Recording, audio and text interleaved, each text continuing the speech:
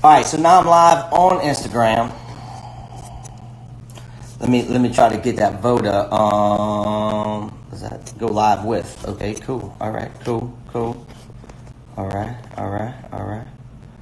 Lucien, I forget which accounts you use, brother,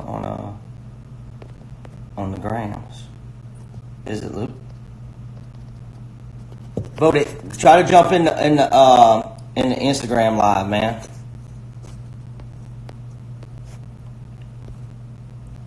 Try to jump up in that Instagram live. There you go. I see you there. Let's see. Request it. Boom.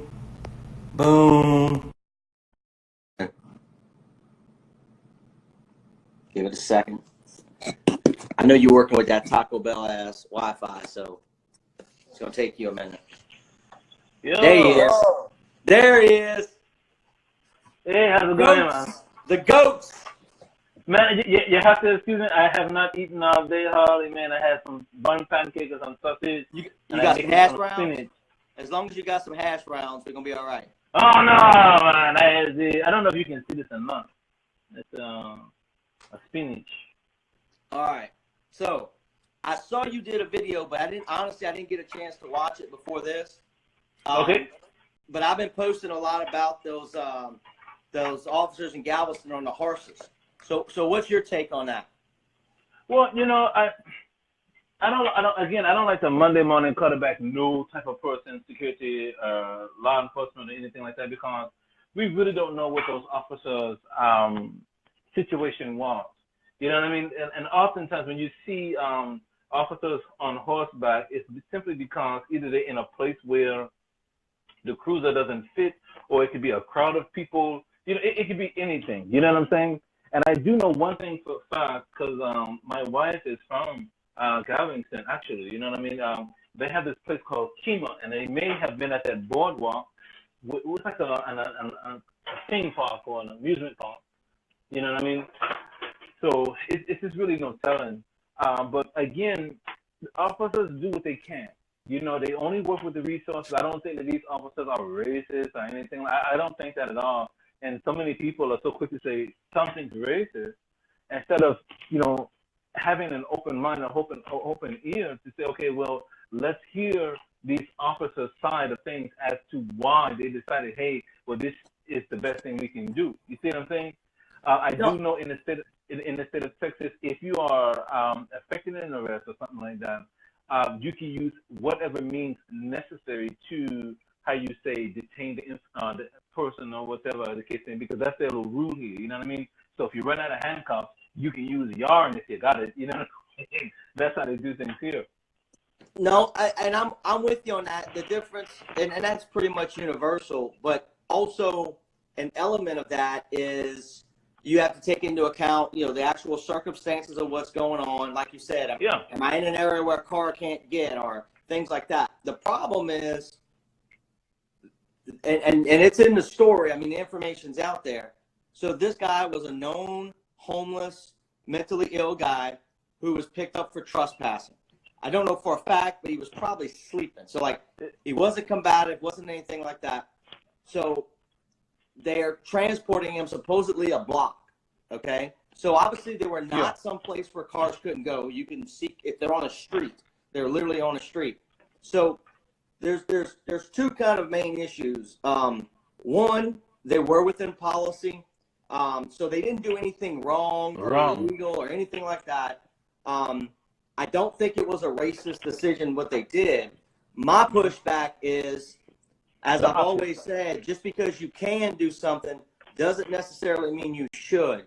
The choice to do that was not the wisest choice because, number one, it's unsafe. Now, I live in New Orleans. I've worked for multiple agencies that have mounted divisions. We use horses here a lot. For Mardi Gras, the two main purposes of horses are crowd control and public relations. Certainly not prisoner transport. I've ridden a motorcycle as a cop. For almost, 6, 7, 8 years. I forget. I'm not going to do that on a motorcycle because it's just not feasible. Now, is it a technique that can be used in certain circumstances? Absolutely. but the video gives us more than enough information to see that that was probably not a good circumstance, because number one, the guy could have, there's 1,000 things that could have happened. The horses could have trampled him, a car could have hit him, he could have passed out from heat exhaustion and fell face first. There was no control of the subject. He was on a rope. He could, I mean, 100 things could have happened. That's the main issue, is that it was an unsafe tactic or unsafe technique in that context. The second issue, not a determinant issue, but still an issue, is right, wrong, or indifferent. The reality is that race plays a role in most things in our society, particularly in law enforcement's interaction with people. So the visual image of 2 white cops on top of horses escorting a man in chains by a rope is a horrible image. And unless I don't think they thought about that. Unless I don't think absolutely not, no, they didn't, and that's my point. That's my point. I'm not saying that race was a factor in their decision of how they made that decision. I'm saying with 100% hindsight bias, I'm looking back from the outside going, what the fuck? Like, they should have, and I heard someone say it, and I haven't had a chance to post a link yet, and it was a bunch of your normal race baiters that were on a news station doing their thing. But they made a valid point, and I think the term they used was cultural incompetency, where you don't factor in the role that culture is going to play in it. And that's what I'm saying. The technique, while allowable, was not a valid technique. And it's the same thing in law enforcement. Most agencies have a policy that says don't shoot at, to, or from moving vehicles, unless you're in a situation where you absolutely got to shoot at, to, or from a moving vehicle. But it's not a preferred practice. So it's the same thing. I have no doubt that that was within policy. But the black police chief came out later and apologized. But that's my thing, though. That's my biggest thing with just businesses and organizations and law enforcement. Period. It's like, if you're doing your job and you've done it to the point where you have not broken any policy at all, you should not be apologizing for doing your job. Well, now, no, you can do your job poorly. You can do your job in a manner that meets all the policy requirements and all the legal requirements and still do it shitty. And that's the thing. And again, I don't think they're bad guys. I'm just saying, like, in hindsight, I hope they say, damn, yeah, we probably should have done that differently. Mainly, I agree with you 100%, because I mean, a lot of times it is a cultural thing. It really is, you know, and cultural perception and how people are going to see different things. And, you know, every culture, because of the history, whatever the culture is, they're going to see things differently. And that's okay. And a lot of times the law doesn't take that into consideration, whether they're locking somebody up or, you know, just in general. We really don't, because it's something that's so subjective. You see what I'm saying? It is something so subjective that it will change even within the culture. So even if black people saw that, it was like, okay, oh my goodness, you know, that's a negative thing to see. Other people were like, I don't see nothing wrong with it. You know what I'm saying? So law is like, we're not going to deal with what one person thinks or whatever. Let's strictly only deal with the side. And I agree. I actually see both sides of the argument. It's just that I just think that if an individual has been busted for whatever reason, you've just been busted, you know, you just take the ticket and go on here. Well, the other thing that this incident has brought out, at least on my properties, is people saying dumb shit like, well, you know, don't break the law, or if you're arrested, it don't matter how they transport you. It's like people forget. It does matter. It does matter. Oh, that's what I'm saying. People forget that you're not a criminal until you actually complete the criminal justice process. So that's like saying it doesn't matter what the cops do to you once they decide they want to arrest you. As if no one has ever been wrongfully arrested, made a mistake, nothing. It's like, no, dude, that's not how it works. And even if he is an utter piece of shit, there's something about that image that even struck me. And I'm like, damn, bro, that's dirty, just bringing a dude in the middle of town, down the middle of the street. I mean, smack middle of the street. I would love to hear what the officers have to say as to why they decided to do it. And again, I don't think there was any malice intent I don't think there was either. I think there was a lack of foresight. There was a lack of foresight on first and foremost, again, the practical side. You don't pull anyone by a rope in cuffs where you cannot control their body movement. If this dude had started running and spooked the horses, he had some mental health issues. I mean, there's 100 things that could have happened there. A much better technique would have been to have, especially because it was only a block. One dude get off the horse. And also keep in mind, Galveston is pretty small.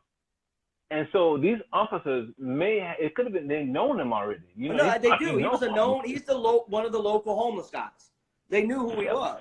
So again, I think they probably figured, oh, you know, that's Bob or whatever, and we're just going to bring him to. They didn't think it was a big deal because they never viewed it from that context. But from an officer safety and a suspect safety and a public safety standpoint, it would have made a lot more sense to take one dude off a horse, let the other dude have the lead, walk him like you would normally transport any other suspect on foot, the block you need to move, and let the other guy tend to the horses. There was too many moving parts to transport. Sure. Now, look, if this dude had run off in the woods after a foot pursuit because he murdered 17 babies and they caught him in the woods and had to bring him out, okay, no problem. Makes perfect sense. But again, once you get to a roadway, supposedly they called for a unit and one wasn't readily available. There's a car somewhere. They just didn't prioritize it because it was Bob, the homeless guy. And they're like, oh, just bring. And I get that part of it. I think they kind of fell into almost like a complacency. But again, it was an unsafe technique in the context. And then to exasperate it, the visual image that it created. I think the media blew that up. I mean, the media, man, if they can show you an image and get 1 billion likes or 1 billion views, my point. They'll show it, man. They don't care, man. That's my absolute point. So as an officer, I'm gonna always do what I believe is the most safe, prudent, legal thing to do. That doesn't mean I'm gonna ignore the social context. If I can do what I need to do in a way that, you know, what's your primary job as a cop, right? Don't get hurt. Don't get on YouTube. That's kind of what you try to end your day with, right? You really try. Yeah. But that's what I'm saying is, to your point exactly, all they did was give those people that are going to start shit a whole bunch of ammunition. Yeah. You know?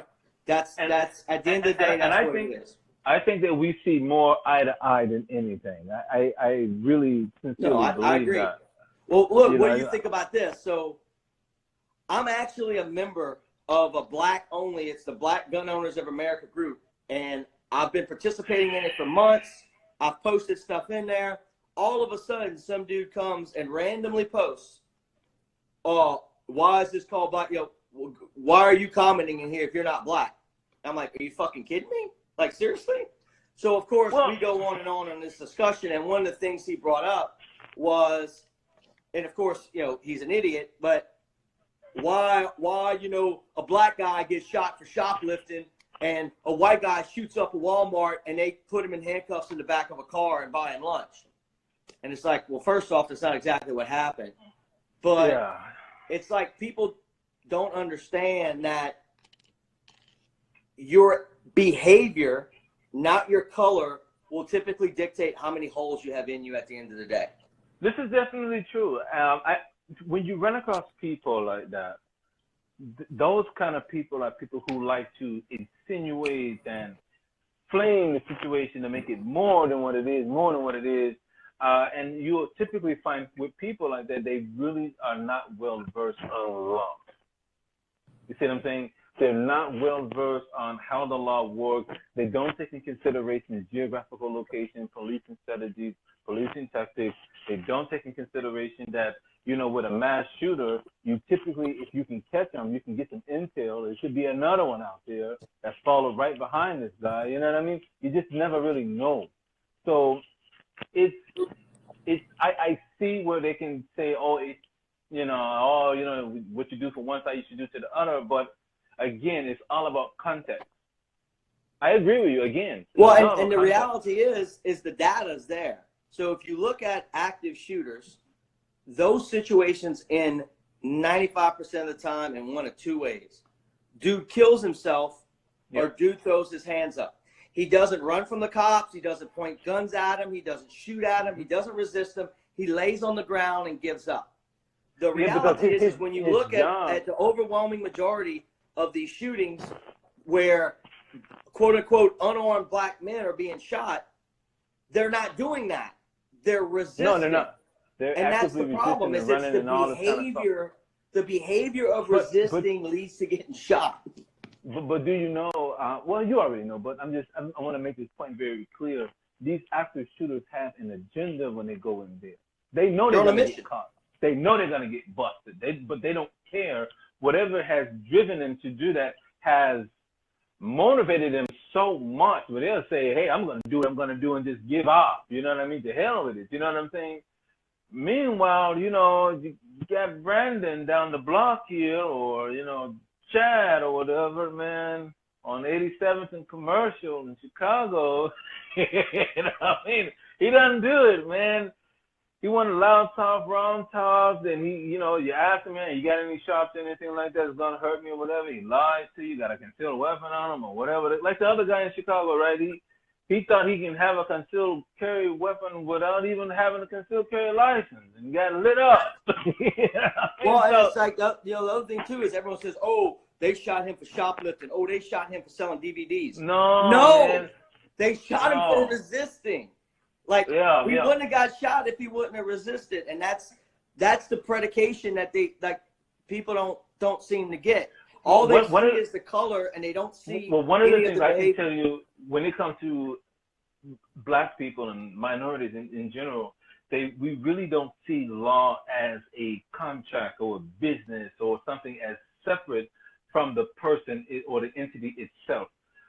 We as minorities, we see it more like a civil rights thing, a humanism kind of thing. You see what I'm saying? Like, oh, he's unarmed, you shouldn't shoot him, but there is no law that says you can't shoot an unarmed person because that person has probably clobbered you 2-3 times over the head, or well, that's still the point. There's a lot of people. A lot of people have. Most of the people commenting on these types of things have zero knowledge about the practical aspects of using force. Like they think, well, he wasn't pointing it at you, or he didn't shoot at you. Like they don't get how these things actually happen. So that's part of it. They're speaking from a position of ignorance to begin with. And then, of course, they typically have some type of confirmation bias to go along with it. But always, or some kind of false positives or something. And again, I think the only thing that's going to really change this is if we, as security professionals, and I won't really say security professionals because I've seen some stupid fucking security professionals. I swear to God, it's fucking dumb. And I've seen some very dumb fucking correctional officers. I ain't going to lie about that shit either. But I think we put programs together for the community across this country. Because I spoke with a federal law enforcement officer and firearm trainer, Kendall Thornton, out in Maryland. He said, hey, man, we need to put a program together that can help people make our jobs easier. You know what I mean? And just like, hey, write some books, put some PowerPoints, make some movies, make some TV commercials. Let's do something, because the more that the public knows about how law works, what to expect from the local law enforcement, just like when you go to college. Yeah, but the only people, I tell me what you think about this. I think part of the problem is a lot of people, and I believe minorities and specifically, don't view law enforcement as a legitimate thing. Like it's almost they're almost like those sovereign citizens, in that they think that they operate outside the realm of law enforcement. Like I got to get mine. This type of shit. But there's two forces at work that comes to that. The first thing first is that they will cite the histories of like police patrols gathering slaves. Okay, it happens. All right, we ain't gonna discount that. But at the same time, and I don't want to say anything that's gonna upset anybody in this context, but it's got to be absolutely true. People are growing up without fathers in the home. It doesn't matter if they're black or white or whatever the hell it is. When I was coming up, my father was like, hey, man, bedtime is at 9 o'clock. If you ain't sleep when I come check on you, better pretend like you're asleep. Well, okay, but let me ask you this. I've heard you say repeatedly that as a younger man, you did some dirt too. You was involved in some felonious shit. So like, how'd you go from like having a father figure to doing felonious shit to now not being that way? Like, what was the tipping point? Well, in Chicago, it's like this, man. You don't have to officially be in a gang to be in a gang in Chicago. It's like you live in that area, that's what you is. I will never forget, man. We was walking down the street, and it was actually a guy that I went to school with, man. And he beat the hell out of my damn friend. And my friend was like, "Hey, man, I ain't no Blackstone, man. You know, I ain't Blackstone." He said, "Hey, you Blackstone today." You know what I mean? And whooped his ass. I was like, it's kind of like prison. You either join a gang or you gonna get put in a gang. Yeah, that's exactly what it is. You know, what did it for me was an old guy, and I was no matter how crazy I acted, man, because I even got kicked out of Catholic school at the 2nd grade. You know what I mean? He was talking to me one day. He said, "Man, you want to know how this game is really played, man?" He was like 80 years old. I'm like, "Nah, man, I ain't know that thing, man," you know? And then he says, "Hey, this game is a lot like Monopoly." That's why I always use that idea of Monopoly. He says, "Man, if you sit your ass down at this table and you don't read this manual on how to play this game, you're going to always lose, no matter what." And he showed me, he saw a cop car right around the corner. I was on Cottage Grove, like 63rd and Cottage Grove when it's occurred at the old record store. He said, "You see that cop car? He getting ready to hit that guy right there. I guarantee he's going to do it. Watch what he does." And he named it. He said, "Man, he going to try to talk the officer. He going to try to resist. He going to do this, do that, and the third." And he did it. And he said, "Watch the charges that stack up with this young man." Before you know it, those charges, I was standing right there. It was like he was telling it in real time. And well, that's another thing too that I see more often with the black community, or at least around me. And that's the other thing people don't get is that the color, literally, of crime is very geographically specific. And that's why if you go to any metropolitan area, there's going to be a little China. There's going to be a Vietnamese area. There's going to be a black area. There's going to be a Hispanic area. But Chicago is different, man. I'm not saying like it's special or different in any other place. Right. Chicago is a place where, back in the days when they had the stockyard, when people was coming off the boats in Lake Michigan and the ponds and everything like that, and even in places like New York, they needed a place to go. They didn't know where to go, so they went to the neighborhood in which everybody who looked like them were there. So I don't know if you've probably been to Chicago already. And that's what I was saying earlier in the video is animals in general, but human beings as well, will always gravitate around people like them. You start to see it about the end of elementary school with kids. Yeah. And I don't care where you go. You could go to a diversity conference, and when you walk in the auditorium, subconsciously, there's going to be darker and lighter areas. That's just the way human beings assimilate. It. Yep. I mean, it's a true story. You put 100 people in the room, they start breaking up. Yep. They're going to associate with those that they identify with. Now, sometimes it won't be based on race. Like, if there's a group and there's a bunch of cops or a bunch of people from the military or whatever, they'll go with those. But there's going to be a common link that joins a group of people. And without that knowledge, it will always be based on skin tone. That's just the way it is. Yeah. It's not even a conscious decision. And I think that the more that we educate people, the more we take the time out to talk to people, man, the better off we'll be as human beings and everything like that of the life, man. Folks just got to be able to understand that it's a very big world out here. You may not be able to always do what you've always done, and what you've always done may not always work. Your perception on things may not always ring true. You know what I mean? It's just one of those things, man. And I think that by this country being a relatively very young country, because I ain't talking about it before, I go to France, they are very, very mature. I mean, they still got their problems, you know what I mean? Hell, the French Revolution, come on, the birthplace of sociology, you know what I mean? But very, very mature in a lot of aspects in which we are not. one thing that I would love to hear your position on is gun control.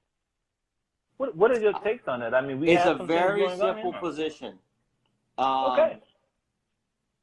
The words "shall not be infringed" are pretty fucking straightforward, as far as I'm concerned. To me, any and every gun law is an absolute, verifiable, prima facie violation of the Second Amendment. And on top of that, there is absolutely, positively no practical benefit from it. Gun laws are essentially TSA. They don't do a fucking thing but slow shit down. They don't. Now, can you give an example? So for example, now keep in mind, I've been a cop for a long time, but I'm of the opinion that, and again, it's not just gun control. There's a lot of things that dovetail into it, obviously, but I'm of the opinion that if I'm arrested for a felony and I go to court and I'm found guilty and I'm sentenced, once that sentence is served, I'm fucking done. I agree. Go right back to how I was before. Now, that being said, there's a lot of shit that's, first off, felonies that shouldn't be felonies. And logically, and this is again where I say the logic doesn't add up. If I'm so fucking dangerous that me even possessing a firearm is a threat, why am I not dead or still in prison? And so, I think you bring some very valid points. And I think that some of the people, and this is not a left or a right thing, you know, this is just a people thing. I think that the reason why they do that is because they want to prevent someone from doing it again. But you're saying, it's unpoliceable. Most of the people who are for quote unquote reasonable gun control, in their hearts, they really believe they're doing a good thing for a good reason. There's a handful of them out there that want to fucking confiscate guns, but the overwhelming majority of people, in their heart, they feel that what they're doing is right. The problem is that in their head, they're wrong. It doesn't fucking work. By the very definition of a criminal, they commit crimes. So making more crimes doesn't make all you've done is give them more opportunity. Like, it just logically doesn't make sense. You know, gun-free zones and things like that are the absolute bare bottom of the barrel. Like, you're scraping the sticky shit at the bottom of the retard bucket. A fucking sign that says, hey, by the way, like, that blows my mind. And look, if I could sit down and logically say, okay, honestly, that would legitimately save a lot of lives, I would entertain the discussion. I wouldn't be for it, but I would at least entertain the discussion. The problem is that people do not respect the Constitution. They think it's an outdated old document and all this kind of stuff. I'll tell you what when I teach a CHP class, and you know, when you're teaching a concealed handgun class, that's that, and I don't mean it in a negative way, but you're dealing typically with the bare bottom level of knowledge in regards to people with guns. Like, they're starting their journey. Sure. So what I tell them is I show a video of a guy here locally 30 years ago that kidnapped a kid, molested him and all that. As the cops went and got him, as they're in the airport getting him off the plane, the father of the child, and this is all on video, pulls out a gun and shoots the dude in the side of the head. 100% premeditated murder, laid in wait, whole 9 yards, right? He went to court, and that father was charged with 5 years of probation. That's 30 years ago for a first-degree murder on video, because at that time, the political climate was such that everyone was like, well, fuck it, he's a child molester. So I throw that video up, and I ask people, what do you think? Is that justified? Is that right? And, you know, half the class is, yeah, fuck it, you child molester, this and that. It's like, and I use that video to point out, he wasn't a child molester. And then people like look back, I'm like, do you know why he wasn't a child molester? And then typically one or two will go, well, he hadn't gone to court yet. Exactly. That's how it doesn't work. That's how it works. If you're okay with that type of behavior, that means you are also okay with blacks and women not being able to vote. That means you're okay with the military showing up at your house and saying, hey, this is my house now. That means you're also okay with being, you know, the cops coming and searching your home. Like, you can't be for part of the Constitution and not for the other part. They work two. They're No, two I intertwined. understand. I understand. However, times have changed. You know, I'm not a constitutionalist, and I'm not for or against anything. I'm looking at it from a human perspective here. And one of the big things that I'm getting to talk about, or at least bring up, is those red flag laws. Now, I'm a very firm believer in if you know somebody's no right, and they're gonna get ready to do something to somebody, like those people who filmed that guy saying what he was saying and doing what he's doing, and then some very near future go out there and do it. You need to turn that person in. You need to turn them in. Because The problem there was is, a lot of how people how do you regulate that process? Keep in mind, well, it's not so much you're about saying regulation. the same people who are supposed, and I know you're not personally, but people are saying the same group of people that are murdering all these black men and doing all this crazy shit, you now want to put in charge of determining whether or not you're sane or not? Well, That's one of the things that's really needed is a mental health questionnaire. Like recently, I had to take the MMPI for my employer. We all got to take it. So it's a bullshit test, you know, to me. Hell, we wrote the damn thing. The problem is all those But at least it's questionnaires are something. self-reporting. They're self-reporting. So first off, And that's what we need. We need something. Right. But what? That's the problem is it's not something just for the sake of having something. Now, if someone makes a credible threat or their behavior is credible and someone files, you know, a report, we'll call it, do I think that should be investigated? Absolutely, Yes. I do. Just as if someone made a complaint, I think this person's going to kill themselves. What would happen? We go knock on the door and talk. The problem is cops are not medical health professionals. So you send a cop to investigate. But that's changing. That's it's changing. not. Even No, in, no. no, We can't even in get Charlotte. motherfuckers to pass a shooting qual. You think we're going to get them Well, to hold on, see? wait. I got to give it to Charlotte, North Carolina. I got to give it to them. They got a mental health division of police officers. They actually saved one person's life, man. They actually did. There's people there's success stories, don't get me wrong. But as a matter of practice, cops are already overtasked for what their actual purpose is. So now you're wanting to throw another social responsibility that typically would require a degreed professional to do. And Cops I think that's what we need. That's why I really don't like the term law enforcement. We don't actually enforce the law as the word enforcement is typically viewed. We're secretaries. We were originally peace officers. We were officers of peace. That was our primary objective, was peace. Then it became police officers, and we were policing the people. Now it's just straight law enforcement. That's not how I think the mindset should be. The problem is that's actually how it's done. Well, and it's a money thing too, because these counties and everything like that, it's like, well, hell, we can't afford all these. We can't get people across the country, overwhelmingly, law enforcement agencies, dog, I'm going to bust your ass. Overwhelmingly, law enforcement agencies are understaffed. We can't even get people who can pass a basic drug test. We're already forgiving some felonies. We're forgiving most misdemeanors. And that's what New York was talking about. New York was like, we don't have enough officers. We got people who cannot pass a basic background check. But yet we want these same people to go and determine if this person is a threat to themselves or others. Now, some of them are pretty clear-cut cases, and there's plenty of evidence that supports it, and I get it. But I've personally had to deal with an individual who, as a 20-year-plus law enforcement officer, very specific threat assessment training outside of law enforcement, all the things I've done and I know, I was like, this dude is a legitimate threat to others. Here's the documentation. Here's everything. We couldn't even get a restraining order. Couldn't even get a fucking restraining order.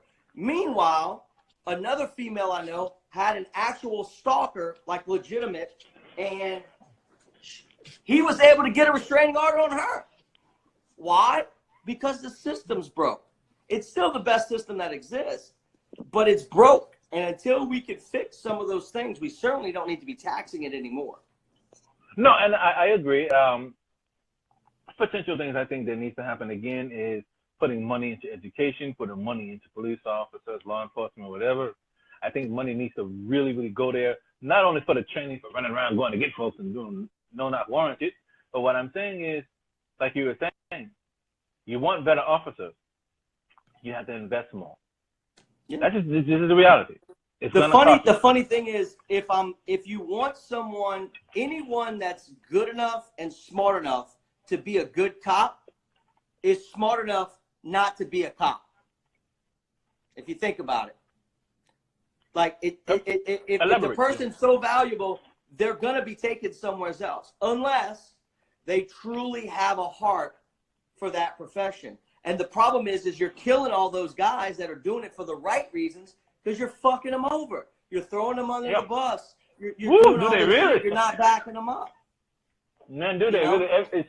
I've talked to some HPD officers. They're like, hey, man, I'm trying to be a laser today, boss. I ain't trying to end up on the news. Well, no. I said it earlier today. There are officers that are dying because they're scared to lose their job. They are not being definitive in their use of force because they're scared they're going to get hemmed up, and it results in them getting killed or other people getting killed. Now, and that's the media fault. Fortunately, we still have a bunch of meat eaters, and we have guys that will go out there and get the job done, like the guys that are out there that dealt with these active shooters, the guy who shot the dude across the interstate. There's some dudes that will go out there and do work. But you and I both know it's an 80-20 rule, right? 20% of the people do 80% of the work, and the other 80% do 20. And you're going to have your grass eaters and your meat eaters. But let me ask you this, because you brought up gun control. I saw you post something about essentially, and I'm paraphrasing it, but basically there's too many guns, and we need to stop making guns or limit the amount of guns. What's up with that? Limit. Too many fucking guns, man. So how do we limit that? You ever seen the gun cache? And even in your city, shit, you have a lot of violence there. In New Orleans.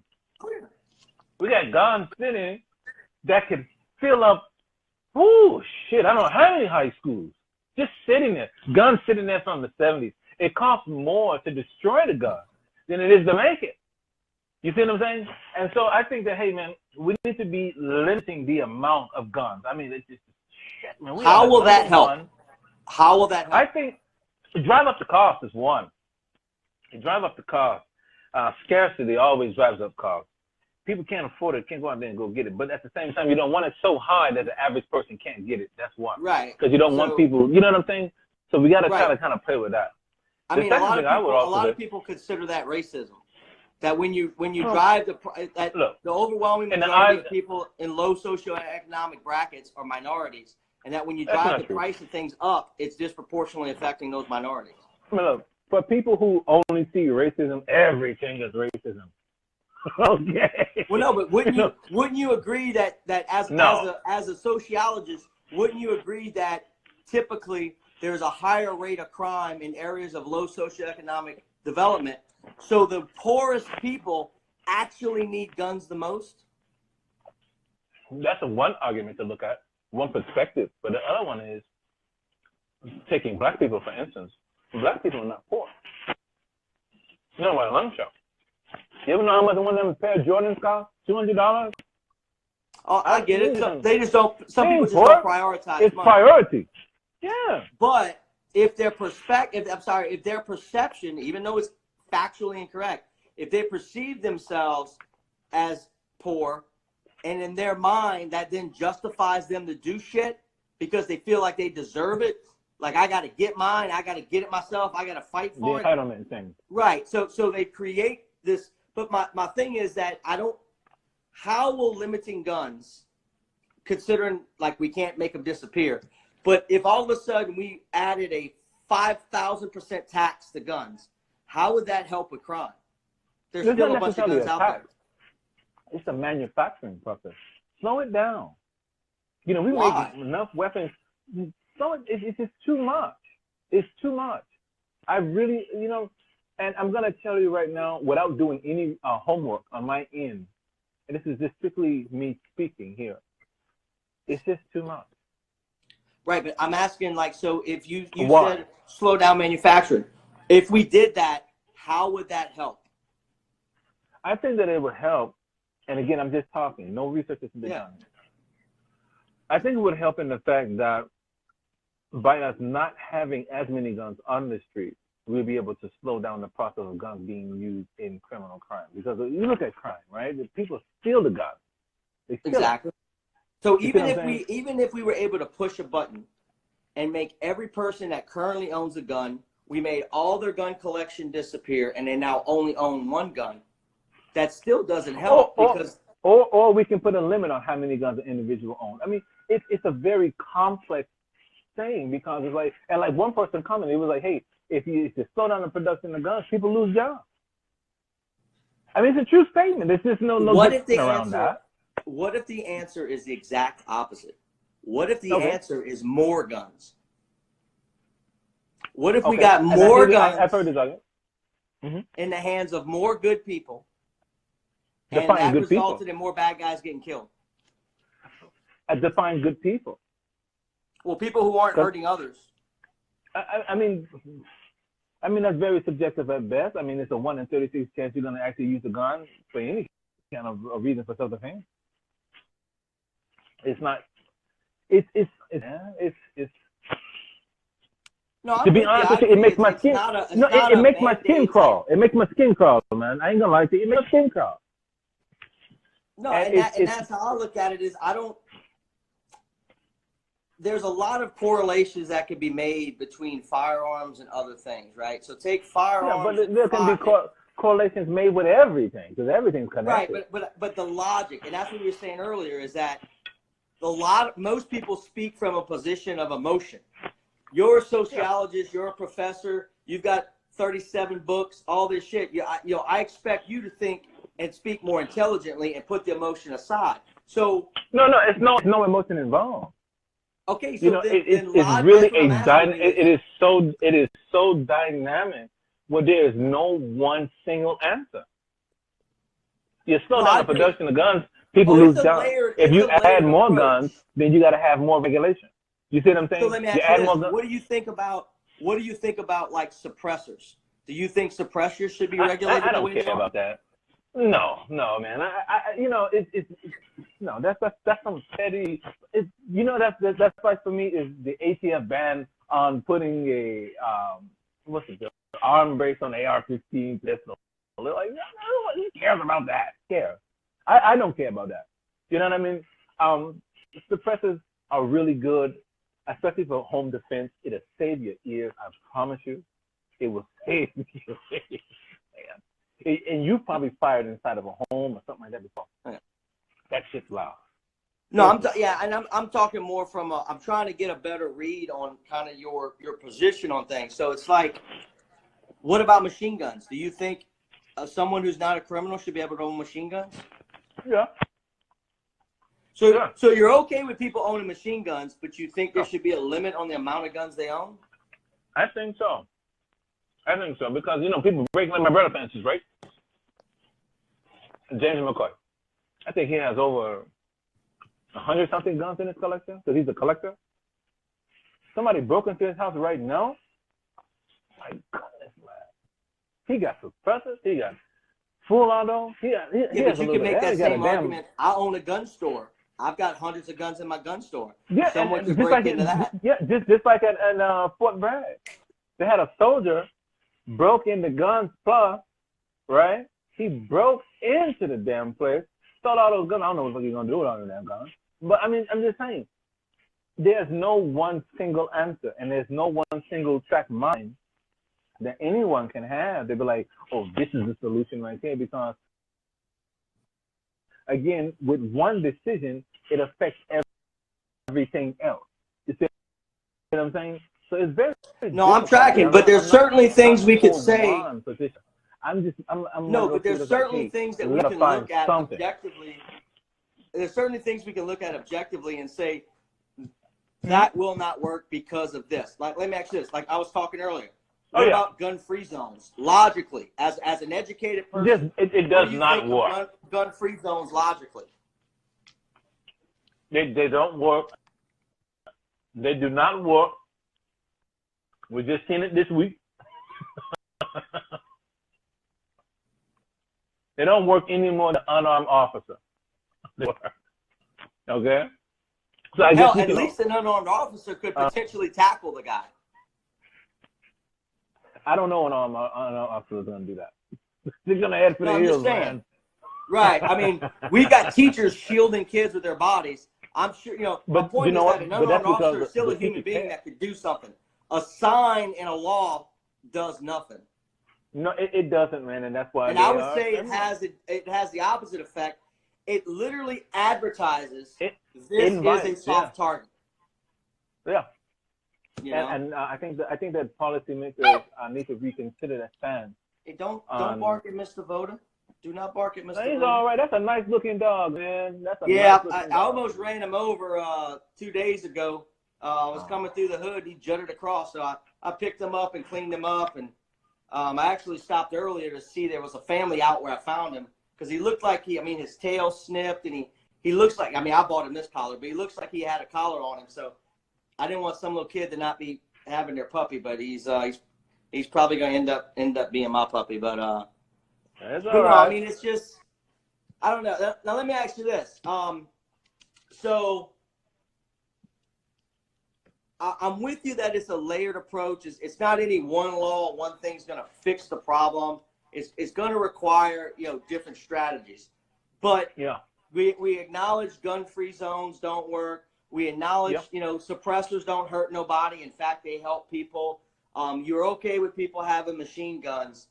I'm still not understanding how slowing down the production of guns is going to help. No, and again, that's just an idea off the top of my head. Okay. I have absolutely no research to back that up. That is something that I'm just thinking about. You know what I mean? I just think about it. Like, what could we do? What options do we have on the table?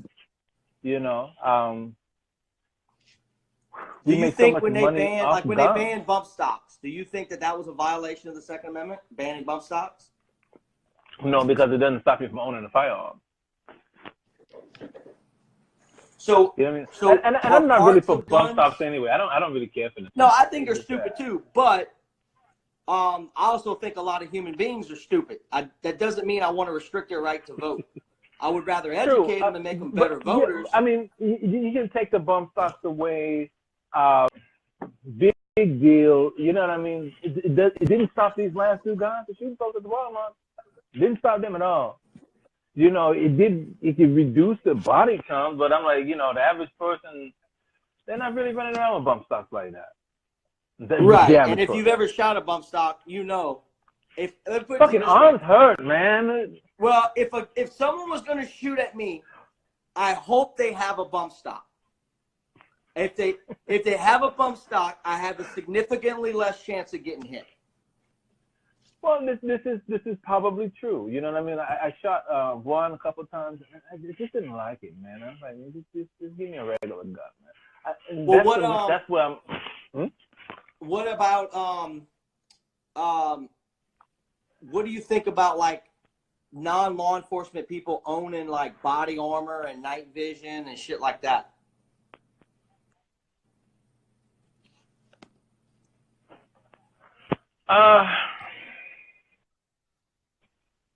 I have body armor. It's nothing wrong with owning armor. I don't think there's anything wrong with that. It's not hurting anybody. The average person, again, is going to come outside, Harley, with body armor on. The minute you do, everybody's going to look at you like you fucking crazy and going to call it. You know what I mean? Like, what the hell are you doing? Yeah. You see me running around here with level 4 kit on. Body armor. Like night vision and yeah. If you're a hunter, and again, here we have this hog problem, and I've actually seen a hog for the first time. The damn thing scared me half to death. It's fucking huge. I don't know what the fuck it was. You know what I mean? Yeah, get you some night vision and hunt that sucker. They tearing up the airports around here. You know what I mean? Yeah. But as long as you're not using it for anything negative to hurt another person, I don't care about that. I really care about if you're going to go out there and kill someone. That's what I focus on.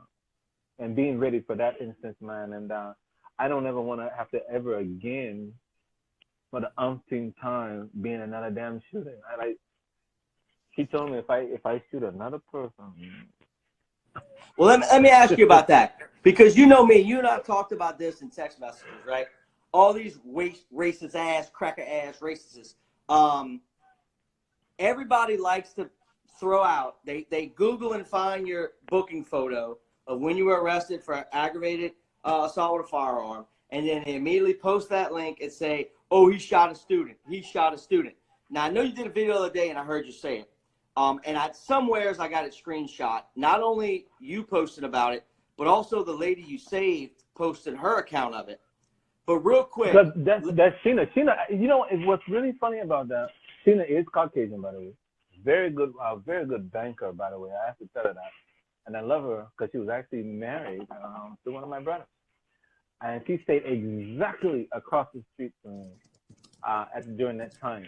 And so she would have a better account than anybody of what happened. But I always tell people, you know, if you're going to speak bad against someone for whatever reason, make sure that you have proper facts about the individual. Don't go by what you heard or what you think you saw. Let's talk about what you know. An aggravated assault with a weapon just simply means someone got seriously injured when I shot him. You know what I mean? You in the hood, people don't talk to police. They just don't.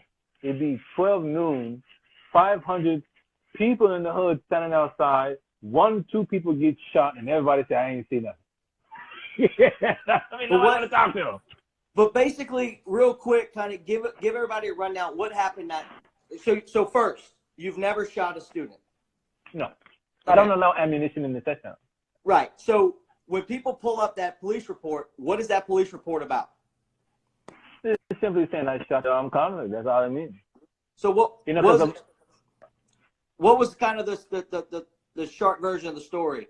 What was it? The situation? Like it was. I think I remember you saying something about he was shooting at them with an AK or something like that. He was out there shooting, man. I mean, this guy was out there shooting. You know what I mean? And I hear the lady say, "Hey, man, stop shooting. My babies are in here." And he says, "Hey, I don't give a fuck who comes. Fuck the police. Fuck anybody." And kept going.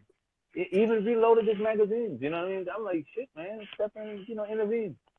That's it. I do my civic duty. I was corrections at the time. I did my job. Unfortunately, with corrections, by me being in the probation period, now that's different. They're like, oh crap, man, he's knocking folks over on the probationary period. We can't have that. You know what I mean? So we gotta let him go, and that's fine with me. You know what I mean? Like I say, I train for that. That's what I do. You know what I mean? It's not something that I happen to do. It's just what I am. I'm a shooter, gunfighter. That's what I do. There's some bad people out there with guns. Take it to them. That's what you're here for. So, a lot of people also like to point out how you've had your creds revoked by NRA and all that kind of stuff. And I mean, I'm an NRA training counselor, so I understand the role that NRA plays. Like it's a good entry level for certain things. It's like you've said before, it's a basic safety class. It's not a gunfighting class. Nothing wrong with that. I don't have any gripes with the NRA. Like, I don't care about that. You know what I mean? Because I already know that the NRA is not a gun-fighting organization. It is a gun safety organization. That's what they are. It's more political than anything. You see what I'm saying? So what VODA does, VODA teaches gun fighting. So yeah, we get it. The only reason why I even went to go get it, I was actually by a master training counselor by the name of, what was his name? Was it Gordon John Despot? No, his name was, he's a double doctorate. Double D. I like double Ds. We don't go there, man. But he's the one that put me on. He said, hey, man, I want you to go ahead and teach Concealed Carry for North Carolina. You're really good at what you do. You're good at educating people. I've watched you do what you do. Hey, man, why don't you come ahead and let me get you certified? Go ahead and take the whole 2-week class or whatever. I sat in there, and boom, send it all up to North Carolina. They say, oh, okay, you're accredited by someone. Okay, you can teach Concealed Carry for us. And then we teach Concealed Carry. That's what we do. Okay? And so because one particular person, don't like me or whatever, they say, oh, NRA, he's an NRA instructor. Look what he's doing. Oh, well, we can't have that. An NRA instructor doing that, yada, yada, yada. They say, well, You got 30 days to respond or whatever. And I just say, hey, listen, man, you can have it back. Because your credentials don't make what I do. I make what I do. And this is very evident by the VODA do what VODA do. That's it. I do what I do. I mean, and I'm not saying like I'm some kind of genius person. I'm just a very resilient person, very person that knows what I want, aggressive in pursuing what I want. Do I have my blinders on when it's something that I want? Yes, I do. You know, I like to write, even though I'm not the best writer. I'm fine. I'll be honest with you, bro. You are not the best writer.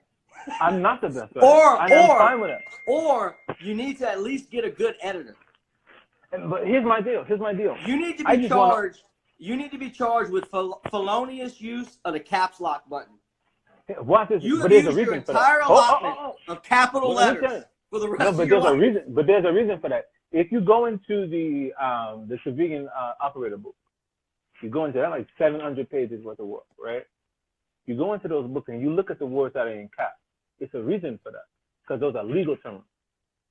And they're emphasizing to people like, hey, listen, you know, aggravated assault, armed robbery, you know what I mean? Assault and battery, domestic violence. These are words that I want to put out there so people, when they see these words, they know, hey, man, that's a legal term. You must use. The only reason why I didn't put one of the books in Arabic, right? Because we were going to put it in Arabic, man. Yeah. It's because the translation, the words, it has to be that legal word. Yeah, you'd almost have to rewrite. You'd almost have to rewrite the book. So whole damn thing. You know, and the legal words that we use here don't even translate in Arabic because there's no word for it. Like, I want to use the term self-defense. They want to use the word kill. Like, no, we can't use that word. You know what I'm saying? Because it shows intent. You can't, no, you go to the damn judge, talking about, oh man, I have to kill him for self-defense. Like, no, this doesn't work. So we scrapped the Arabic, and I wanted to do it because one of the big things that I'm seeing is Muslims when they go onto the ring. Like, I have very good friends of mine who are Muslim, the real Muslims, you know, Sunni, Shiite. I have some people who are Nation of Islam. And, you know, they feel so alienated at the ring. You know what I mean? Even one of the gals, she wears the full shebang, the whole covering and everything like that. And she wants to go to the ring, and she loves to shoot. She actually makes concealed carry garments for Muslim women to wear under their garments. You see what I'm saying? Yeah, I actually did a video, and I had a woman in it that was wearing a full hijab. These guys were regular customers, great people, and I got so many ugly comments in the comment section. Why are you selling guns to terrorists and shit? I'm like, you want to piss me off? I'm gonna tell you what pisses me off. People who do that. You know, it hurts me as a human being that, you know, you treat people, not you, but people treat other people like that. Like, when I go to the range and I see those Muslim targets, I hate that shit. I hate that shit, man. They had this, I did the concealed carry here for Texas. The dude had Kim Jong-il, you know, North Korean leader or whatever. I hate that shit. Well, if it's a particular individual, like Osama bin Laden, right? That's one thing. It's disrespect. I've seen the Prophet Muhammad target is very disrespectful, because no matter if you like Trump or not, or Obama or not, you wouldn't want some other country putting their picture on a target shooting at it. We wouldn't want that. If you believe in Jesus or whatever, you wouldn't want nobody with a picture of Jesus shooting at the picture of. You would feel some kind of way about that. What the fuck are people doing? So it's an appreciation for and sympathy, empathy for other people's culture, what they believe. You see what I'm saying? And then that's what other people around the world don't like about us here, is our insensitivity to them. And I'm sorry about the rant. I'm sorry about that, but it just gets me. You know what I mean? No, you're right. No, you're right. I mean, and that's, you know, that's part of it, man. Is you know, I would argue that if you were to boil down all the problems we have with these active shooters and other shit, at the end of the day, it mainly boils down to how we treat each other. These guys they're just sick, sad people. So the question becomes, why are they sick and sad? You know, when you think about how we treat it, I mean, and not everyone, some of them are just flat out fucking crazy. But a lot of it is how they get to that point, you know? Yeah. How did they get to that point where that was their way out? Alienation is the biggest thing, man. If you look at people who've been alienated or isolated from like social events. You know what I mean? Like, you ever seen the movie 300? Yeah. And the dude with the humpback? You know what I mean? Oh, that's racist. I'm pretty sure they just cut me and VODA out because of, you know, racistness. That's messed up. Let me see if he comes back in.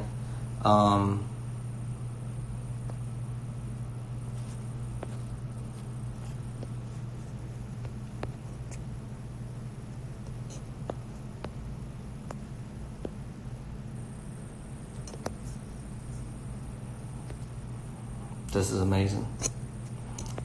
This is literally one of the coolest things I've ever done. I was waiting on VODA to come back, y'all. But if y'all got any questions, ask him up. There he is. I don't know what happened, bro. Go ahead and try to join again. Yeah, it killed. It cut off.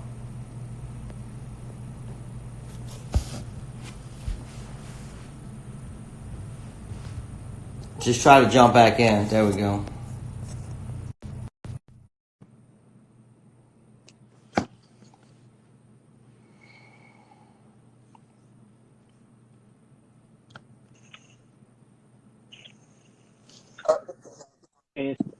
Yeah, there you go. I don't know what happened there. I think it was probably them racists. It's Instagram timing out. That's all it is. So let me ask you this: you got this dude, this supposed army guy, Richard Rupel or Werpel or Purple or Rubber Nurple, I don't know, Rich somebody that keeps challenging. First off, he keeps challenging. I've seen that meme. You made this meme of this guy. No, that's the other guy. I actually changed on his range. It was kind of funny, but we ain't talking about him. I don't care about that guy. Right, but why won't you meet these guys and show them what you do? And if they want to go force on force, why won't you do that? Like that, I would love to see you put this loudmouth, coward dude, Richard Rupel, in his place. Here's the deal, man. When he first, they didn't present it as a challenge. They was like, hey man, let's put an event together. That's how they came to me, okay. Like in the email. Hey man, let's put an event together, yada yada yada. They came across real nice. And I said, you know what, that's a good idea, man. You know, it's gonna be a lot of people watching. We can educate people. We can, whatever. We can have dialogue. That's what I'm thinking. And it was real nice. And then I got a whole bunch of phone calls from these people, real nasty phone calls. These fuck you bitch, the stupid nigger and all that kind of different things. You know what I mean? And I say, hey man, I don't think that's a good idea to take my ass all the way over there and be fucking with them kind of people. You ever thought, like especially that Richard Root dude, you ever thought about this? But that's what I'm talking about. Just pulling up on a motherfucker? Like just pull up on him. Like, how you doing? No, let me tell you about, I don't really get down like that anymore, man. Like, I got a wife now. Somebody gonna make the old VODA come out. And even as the days pass, I feel myself getting softer and softer as the days pass. I ain't gonna lie to you. That's maturity, man. It happens to all of us. It can't be a cowboy forever. Bullshit is a young man's game. Yeah, and I don't mind working with people. It would have been a great event, man. You had thousands upon thousands of people that would have seen that. Well, and I don't care about losing. I I want to lose. I like to lose. So this is what we're gonna do. This is what we're gonna do. That's when you learn. And I've talked to you about this before, but it's starting to get legs. Okay, you and I both know there's a lot of drama, right, between people in the gun industry, which is kind of funny when you think about the fact that most of the people, or a lot of the people in the gun industry, are from a military and a law enforcement background and should probably have a higher degree of character and honor. But that doesn't matter. So sometimes the only way to let a bitch know he's a bitch is to rub his bitch face in his bitchiness, right? So this is what I'm thinking. Remember on MTV, they used to have it was a cartoon, but they had the celebrity death matches. Okay, so listen. Okay, but listen, this is good. You're gonna like this because I know you like to help people. So hear me out. You're gonna like this. So take that concept, and then when I was a kid, there was a boxing. It was like a gym that did boxing and fighting, But I shit you not, at night on the weekends, it was actually a club. So what they started doing was you could basically think of it, it was kind of like Fight Club, right? So if I had a problem with you, I could call you out and there was a coach in there, but there was fucking 200 people there, right? So you put on gloves and you fought. And then when it was done, and everybody went their way, right? So there was a lot less shit talking. Yeah. So what I want to do is take that and couple it with a charity event. So here's my plan. And you know, I'm kind of calling it a celebrity death match, but that's it. So let's say I got a problem with you, right? I think VODA's this and that, and he's the worst gun instructor in the world. So what I do is we make a website, and then I could pay $500 to formally call you out and challenge you and say, hey, VODA, I'm challenging you to a fight at SHOT Show. So that $500 goes in a pot. Now, listen to me. This is good, dude. This is good. But here's my question. Why fight each other when we can get together? No. Listen, it's fun. Hear me out. There's an end to it, right? So let's say 20 people don't like you, right? And 20 of them put up $500 to call you out, right?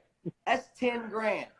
Then what we do is we draw from that, right? Now there has to be some fairness to it, right? Like I'm not going to try to fight, you know, Tim Kennedy or some MMA fighter. Like we're not trying to hurt people. It's supposed to be a fun fundraising event, right? So then let's say from that we pull, let's say out of those 20 people, 10 of them are legitimate matchups, right?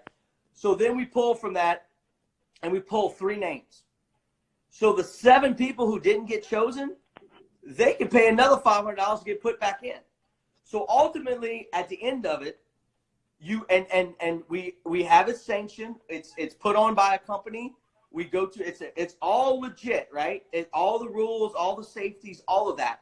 But the point is we take that negative energy and all that hostility and turn it into something positive and raise hundreds of thousands of dollars and then donate that to a charity, right? So what we do is we take the funds, we split them. I'm fine with that. Let's say we raise 100,000, right? 50,000 of it will go to one particular charity that we're doing that year, like, you know, say SOCF or something, right? And then whoever the other 50, let's say we do 5 bouts, that's 10,000 for each bout. Whoever wins that bout, they get to pick a charity of their choice that money goes to, okay? And on the other side of that, so we're doing this great thing, raising a bunch of money for charity, but then at the same time, we get to shut some of these motherfuckers up. Because then what ends up happening is let's say I call you out. You either show up or you don't. If you don't, you a bitch and everybody knows you a bitch. If you do show up, you either win or you lose. And there's no argument. There's thousands of people watching, and then we're charging admission, so that's more money. So there's some fun to it. And it takes, my big thing is it takes all that negative energy and turns it into something positive. So we take all these people that get shit talked about them. My sound went out? Oh. I don't know what happened. Damn. Hold on. Can anybody else hear me?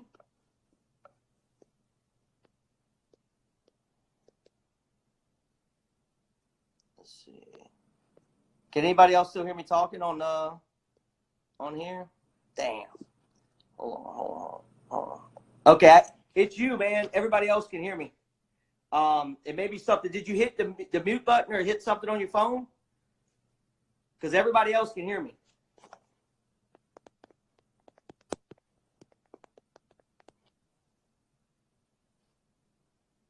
All right. So anyway, y'all that are listening, I'll let him figure it out. But y'all get what I'm saying, right?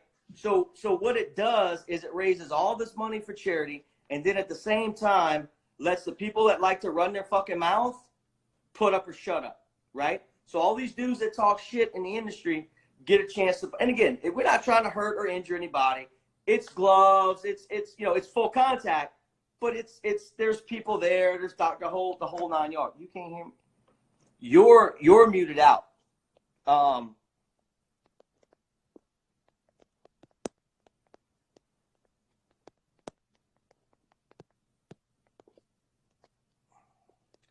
get you to back out and come back in.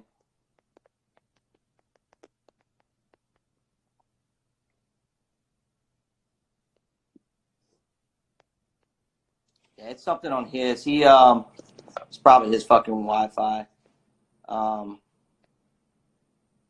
Anyway, y'all see what I'm saying, right? So basically what I'm looking to do, we get it sanctioned by someone, get like a cool company, like a Magpul or a Cry, dudes that like to do cool shit, get them to sponsor it and put it on. It really, all we'd have to do is rent the venue. We have all the gun girls that everybody likes to talk shit about, right?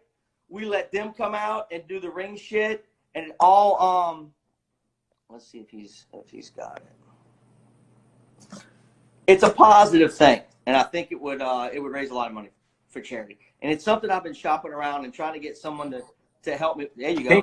Can you hear me now? I think it was on your end, man. I think maybe your connection dropped or something. But. I think it's a great idea. I really do. I wouldn't mind doing it. Just coming out, just to come out. I will participate fully, no problem. I don't mind losing. I want to lose. That's how I learn. And raise money and give to charity. I think it's a very good idea. Now, the other thing I was thinking, that's a pretty big endeavor, right? So it would probably take a year or two once someone comes on to deal with it. Also, I don't know if you're aware, but there's a place in Vegas that's called Battlefield Vegas, and it's basically like laser tag with sim guns, right? So what if we did the same thing, same general concept, right? But instead of fighting, which I think actually you can fight in there too, but we did it that way, right? So imagine if someone could pay $500 that went to charity, because all these dudes that like to talk shit about how you can't shoot and all that, right? What if every one of them could put up $500 to get around with you, man on man, in that event, and all that money went to charity? I think that's a great idea. There you go. Like I said, it's not about. So they call you out, they get a chance to do it, they put their money up, and then we can even add a rider on it where, okay, if you lose, so let's say we charge $500, right? They got to put up a second $500, and if they lose, that $500 goes to charity too.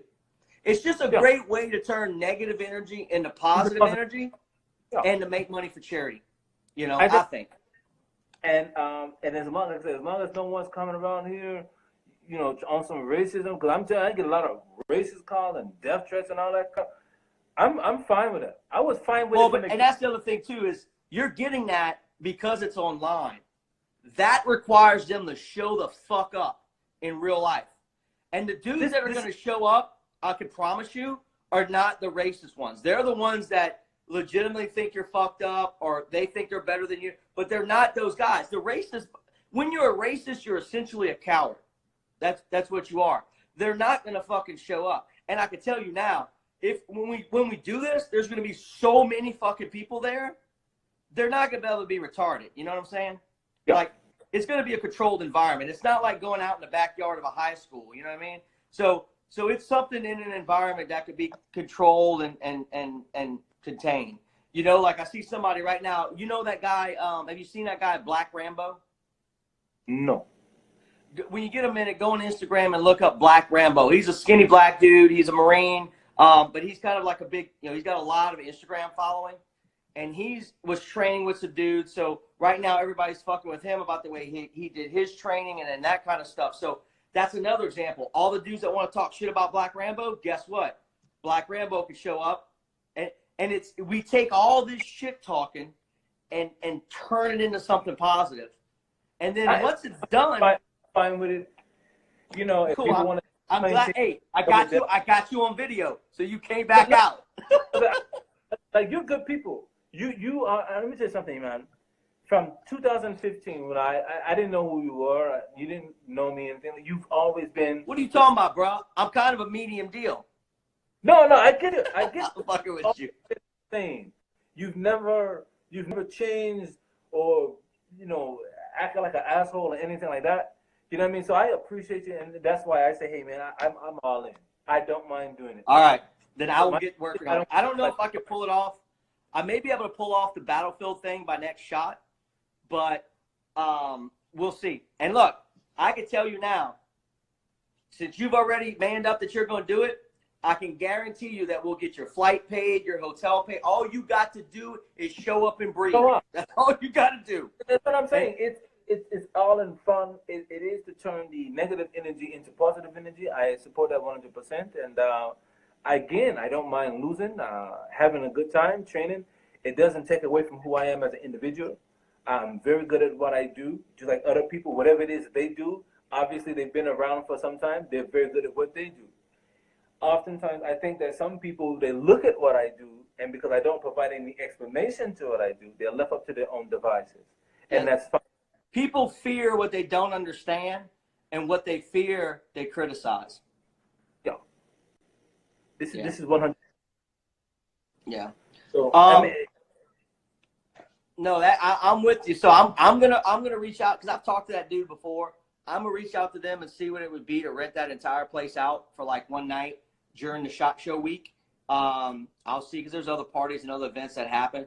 But we'll set that up, and then what we'll do is let's just hypothetically. I mean, shit, there may be some people that call me out, but we'll look, because obviously you can't do 1,000 fights, right? We'd have to kind of prioritize it. So let's say it's you, Black Rambo, me, two other dudes, and we'll do it, man. It's something to the effect of like, hey, you do maybe 1 or 2 magazines, pistol only. Oh yeah, they got different ways they do it. Yeah. But I mean, because everybody shoots rifles, everybody shoots. Well, and you can do teams. There's all kind of ways they set it up. Teams are great. You know what I mean? And I'm fine with it. I'm fine with it. It doesn't bother me. I'm glad you said. And that's what I tried to tell people, like, oh, he's a coward. He got challenged and he backed down. I was like, first off, all these people saying they're going to hurt him, and you want him to fly there to get hurt? Like, that don't even make any sense. Like, I wouldn't do that. But it's for charity, it's for a good cause. And I want to see, like, cancer or multiple sclerosis, or for blind people. I have clients who are deaf. You know what I mean? It could be. I don't care what charity it goes to. I don't care about that. It's just that the fact. No, and I think that's exactly what I'm talking about. So I've got some guys. We've been sitting down, kind of brainstorming it. I don't know the final, but like in my brain, the way I see it is, whatever monies we get, half of it goes to that year's charity, and then the other half gets equally divided between the winners of the bouts, the charity of their choice. So, that way it doesn't, because I don't want it to be like all a military charity or all. I want to kind of spread the love, and then each year we change that primary charity. So it rotates through it. It might be SOCF, it might be Law Enforcement Officer Memorial Fund, it might be other stuff. We change it every year. I'm gonna go out on a ledge, man. I'm gonna say this here. There's so much, and it's not even about me or even you. There's so much animosity and testosterone negatively in this gun game.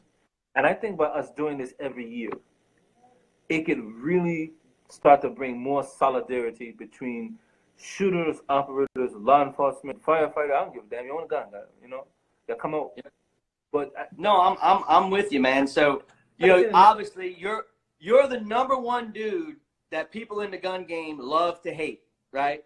You're like if we were playing Mario Brothers, you're like the big boss villain, right? Watch this. And I really don't understand, because there's other people that do things way out of the box than I do. I just posted a video. The dude shot the other dude right by the head. But when I look at the feed, no one comments on that. No one's going to try to figure out who this person is. No one's making calls to the NRA. Nobody. So I'm just trying to figure out, if I'm not doing that, which is quintessentially way more dangerous than what people perceive me to do, why is no one saying anything to this person? And I wonder think at the time that you first did that video pointing the guns at clients, I think that there wasn't really anything else out there. People kind of latched onto it. And then since then, you've kind of stayed in the limelight with all your books and all that kind of stuff. So it's just constantly in front of people's minds. The Israelis been doing it for years. Years upon years upon years. They've been doing it. So what I do is nothing new.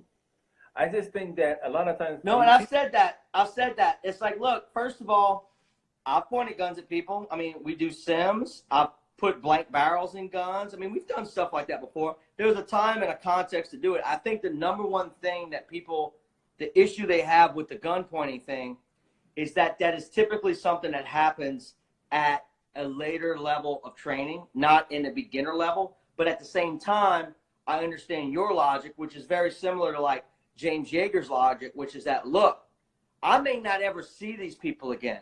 I have to teach them the most important shit right now. So I get it. I understand that.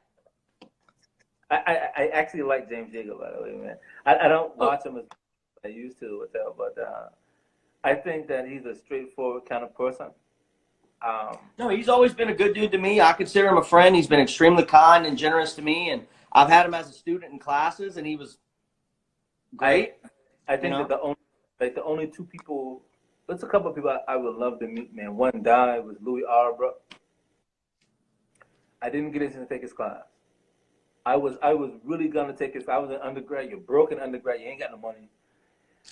But when he died, man, and the other part, I was like, man, I missed the opportunity of a lifetime to be with someone like that, you know. And I kind of felt like my dream kind of got broken, you know, even to this day that I didn't at least get to, see him in person. And Lucien R, bro. No, he was solid, man. I took a class from him way back. He came down here to Louisiana and took a class from him.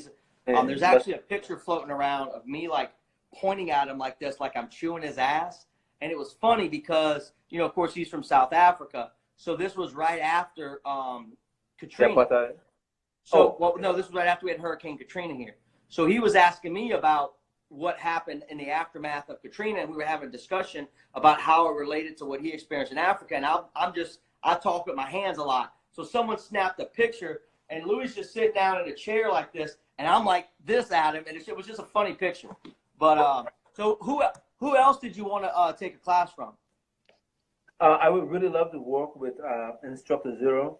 I did speak with Gene over at Funkatactical before. I think that Instructor Zero he's an open mind. You know what I mean? Like, he's not one way. Doug Makeda, because I have a martial art background, so I like what he does. I love what he does. You know what I mean? To be able to brainstorm and to be in the same place and time with him. Sonny Puzikas, he's actually in Texas at the Honey Badger Ranch. He's been my favorite for years. Since 2009, I've been watching Sonny. And I don't care about the shoot house incident. I don't care about that. That could have happened to anybody. But I do know that Sonny is one person that I know knows violence. He comes from the old Russia, not the new one, the old one. So I would really like to take one with him. Pat Rogers is another one. To be able to, Spalding is one, ironically, even though he does pretty much the same damn shit. You talking about Dave Spalding? I like him. Yeah, I just took his, he had an instructor class about 2 or 3 weeks ago. It was like a week-long class. So. What's the guy? Monsieur Cause? C-O-Z? Cause? You made a meme about him? Oh, Combat Cause. My little buddy, Combat Koozie. I call him my Combat Koozie. Hold on, wait a minute. He's actually a good dude. He is.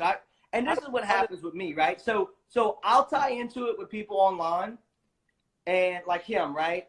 He posted some dumb shit. He knows it was dumb shit, and he gets it. He understands where he went wrong. But then we started going at each other, right? So then we ended up looping around and getting on the phone. And then once we got to talking, we realized we're cool. It's very hard to communicate with people online, especially when you're very passionate about what you're talking about. Yeah. And so I was actually on his range with the Black Packers earlier this year. I was out there. It was muddy as shit and cold. I ain't like that too much. My arthritis ain't good no more. But you know, he seems to be a really solid person, man. You know, he was laid No, back. he is. I think he is. I mean, it's just he caught, you know, and look, we all do it. Lord knows if I've posted some shit that looking back on it, like, what was I thinking? You know, we all grow and develop. And you know, one of the things we'll say is if you're teaching or you think or you believe the same thing you believed even 5 years ago, you're wrong. You should constantly be evolving and learning. It doesn't mean changing for the sake of change, but you should constantly be open to growth and new ideas. Laws change, gear changes, context changes. Yeah, you still got to move the trigger in the line of sights. That doesn't change, but the way people learn changes. All that stuff changes. Society changes. So you got to be able to adapt to that. Speaking of that, man, I got to thinking the other day, man, and I don't know where it come from. It just popped into my head. I want to get your take on this here. Lining up the sights the way we do. Do you think that's a natural movement? Like in what regard? You know, like, hey, I got a gun here, right? Okay, I got a gun here, right? So I'll press. Oh, don't point it at me. That's insane. That's insane. You're pointing a gun on the internet. You press the trigger, right? Is this alignment natural to you? Well, okay. So first off, no. Typically, Why not? well, because typically we want to be threat focused, like as animals. When something's bad, we want to look at the bad thing. So asking our eyes via our brain to mentally and visually focus on something that's not the thing that's trying to kill us is completely adverse to how we're biologically programmed. So just the visual aspect is not natural. I think I asked the wrong question. I'm talking strictly in terms of biomechanics. In regards to what? Like, what do you think the natural answer is? Yeah, is it more natural to point this way or to slightly cat this way? Because I'm working on something and I want to hit one guy. No, I think normally if you look at how you fight and grab and move things, it comes down to straight lines and angles. So no, I see what you're getting at. A slight cant is a natural, as in doesn't require conscious thought, is a natural thing. Now, does that mean it works best with the tool in our hands? That's the question.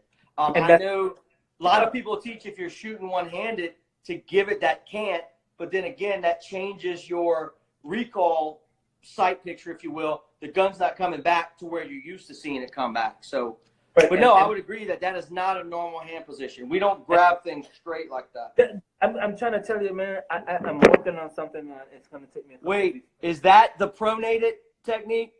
Yeah. Did we just get a sneak peek at the pronated? Yeah. Okay. That makes sense. I'm not a person that's like, oh, I know it all. When I'm working, I'm thinking about it. And I say to myself, I say, man, what if we ain't been shooting right? Not saying that what we do is wrong. But what is a better way? Wait. What's the most natural way? So people thought I was nuts. I'm sitting here on the site, man. I'm lifting my arms up, going like this, and I'm looking at my arms, and I'm saying, you know what I mean? Is this natural? Oh, I got a question, because I saw you did it the other day. You'll shoot and then rack, like each individual. What are you doing there? Is that a malfunction drill that you're running, or is that a technique? I love the work malfunctions on the range. I love them because, one, it gives me something to do, and the other thing is it's just another repetition for me.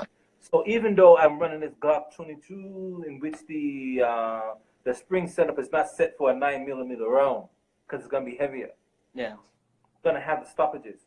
I like that when I'm training because now I got to clean, I got to realign those sights, I got to get right back on it. That video that you saw, that was shot last year.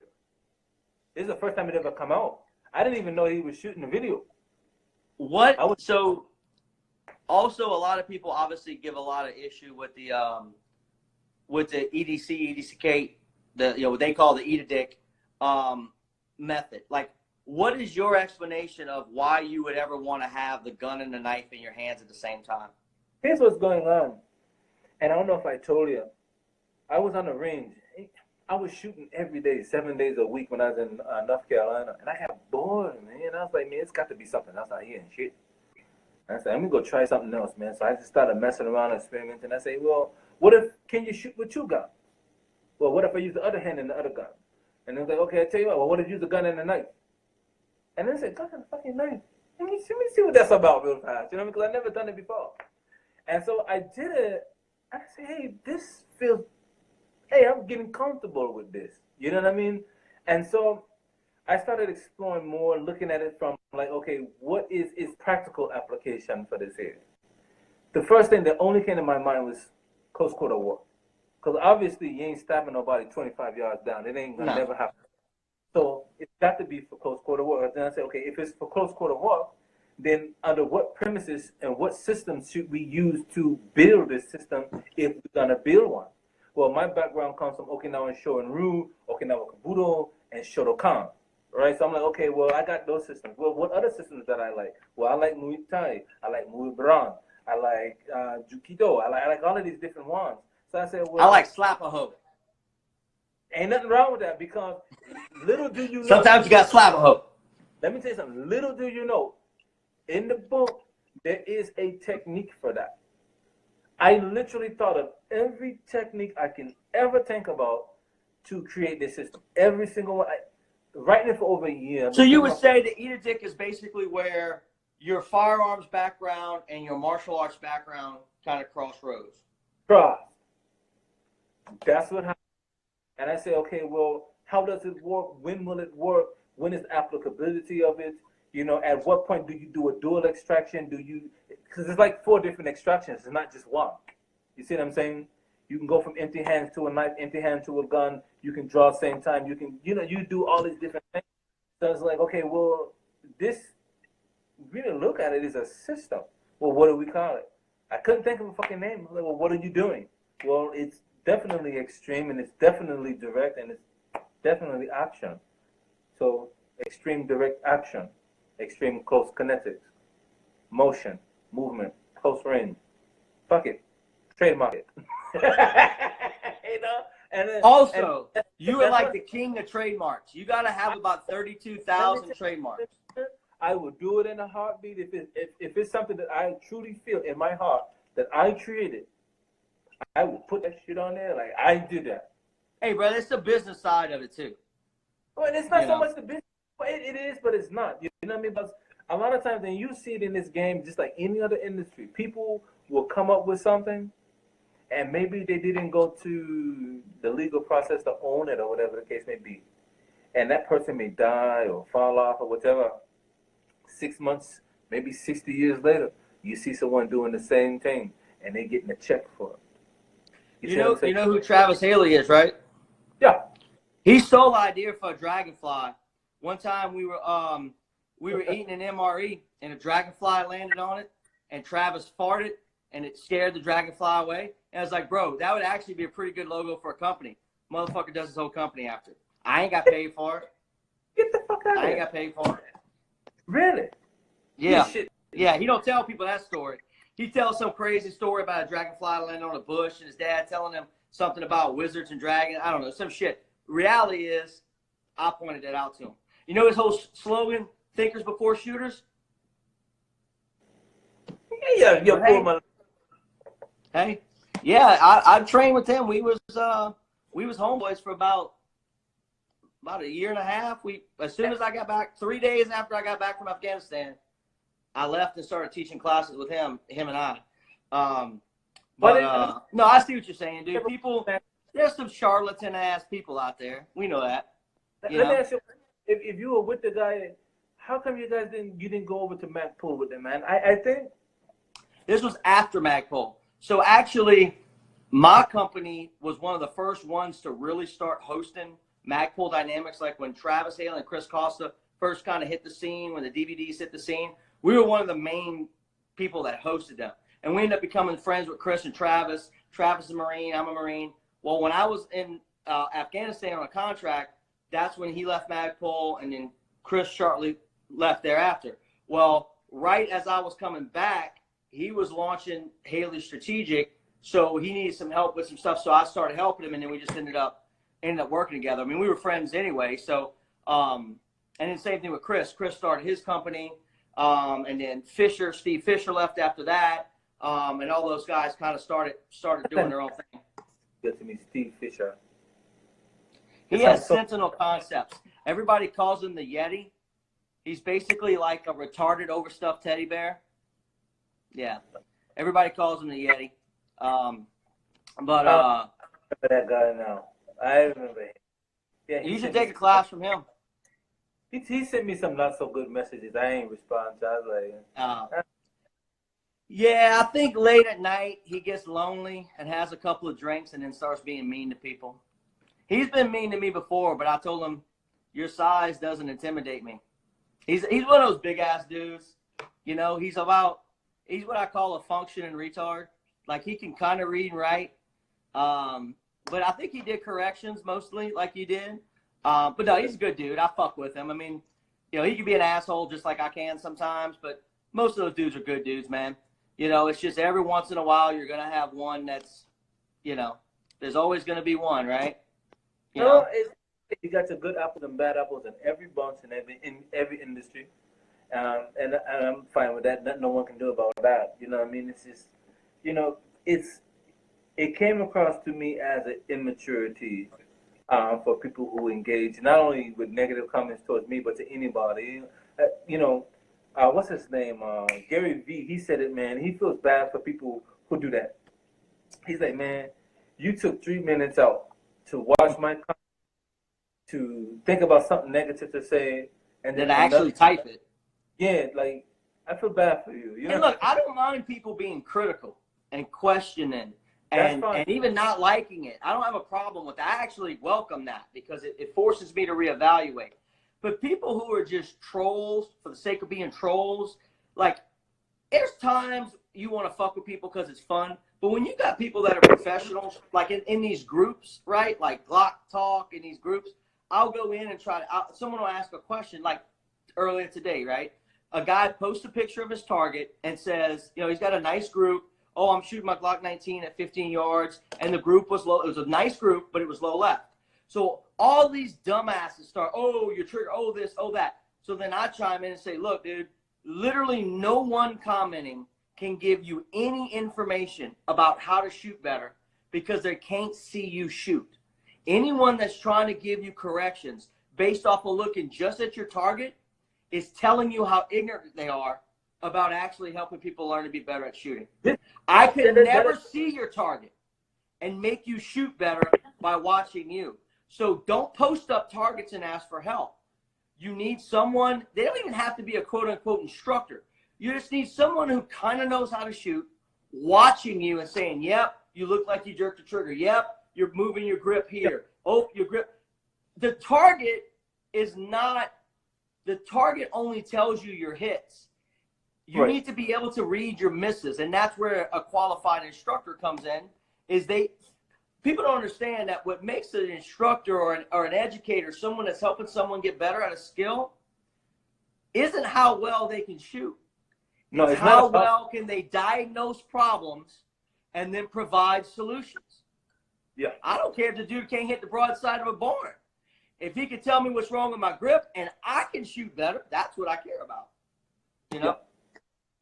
But, well, look, let me let you go. I know we've been on for a minute. I appreciate you talking to me. And like I said, you know, I think it's as much fun, and we're joking and clowning, but as much fun, I mean, as much as from the race side, these people that want to say, no, you stay in your group, I'm going to stay in my group, that's making it worse. The more people can talk, and you ain't got to like everybody, but the more that you can talk and kind of cross those barriers and get to understand that just because that, and I'm fortunate. I own a range, and I have thousands of people from every walk of life come into my business. And it shows me so much how, at the end of the day, they're a good person, they're carrying a gun. That's what matters. I mean, we are like the official range for the LGBT community in New Orleans. Like, every walk of life. I mean, and look, even the bad guys come into my place. Like, it sounds so silly to say out loud, but we just treat people with respect. That's it. That's all you got to do. You ain't got to be nothing special. Just don't be a fucking douchebag. That's all you got to do. Like, that's literally the golden rule of life. Don't be a douche. But it's the hardest rule to ever follow. I promise you. No, it's true. Well, look, dude, you take care of yourself, and I will get back with you on that thing at SHOT Show, but we will put something together, and you take care of yourself, bro. I'll holler at you later. All right, no problem, boss man. How about that?